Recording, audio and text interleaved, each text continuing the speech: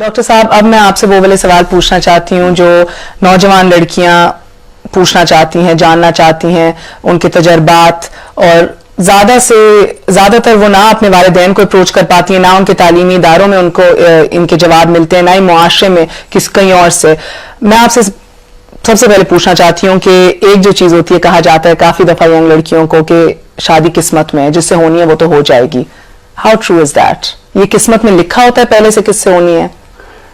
بات یہ ہے کہ اس مسئلے کو میں ڈیٹیل میں اس وقت ڈسکس نہیں کروں گا، ٹائم تھوڑا ہے، کہ قسمت کی طرف اگر آ جائیں تو پھر اس کا جواب یہ ہوگا کہ ہر چیز ہی قسمت میں ہے۔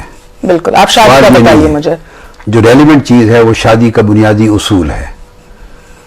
یہ ہمارے ہاں جو سوسائٹی ہے یہ بدقسمتی سے میل ڈومینیٹڈ سوسائٹی ہے پاکستان کی، اور مذہبی حلقوں میں بھی اور دوسرے حلقوں میں بھی خواتین کو ان کے جو ڈیو رائٹس ہیں جو اسلام نے دی ہیں وہ اب تک ریکگنائز نہیں کیے گئے۔